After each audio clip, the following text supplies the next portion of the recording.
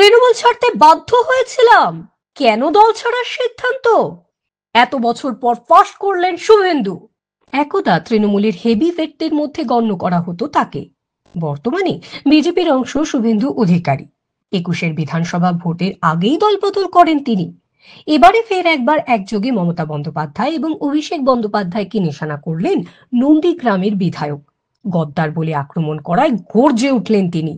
বৃহস্পতিবার নেতাজি ইন্ডোর স্টেডিয়ামে তৃণমূল কংগ্রেসের সভা ছিল। সেখানে দাঁড়িয়ে শুভেন্দুকে গদ্দার বলে সম্বোধন করেন দলের সর্বভারতীয় সাধারণ সম্পাদক অভিষেক বন্দ্যোপাধ্যায়। ডায়মন্ড হারবারের সাংসদ বলেন, আমি মুকুল রায় শুভেন্দু অধিকারীদের মতো গদ্দার নই।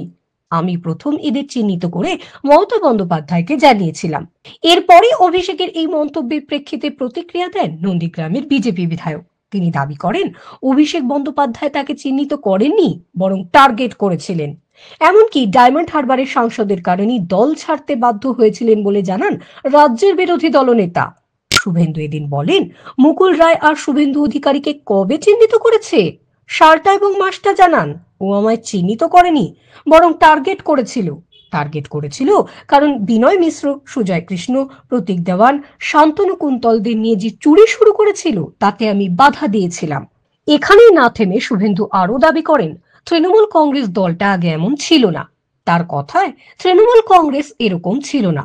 2011 সালের আগে তৃণমূল কংগ্রেস ভেবে চিনতে পার্টিটা চালাতো।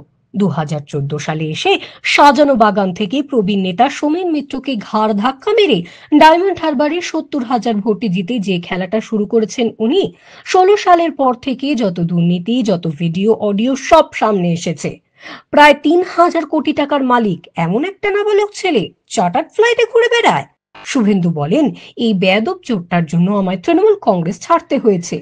আমি তো 21 বছর ধরে তৃণমূল করছি। মমতা বন্দ্যোপাধ্যায় তোষণের রাজনীতি ও এই বাছুরটাকে যে তুলেছে, এইটার বিরুদ্ধেই তো আমার প্রতিবাদ ছিল।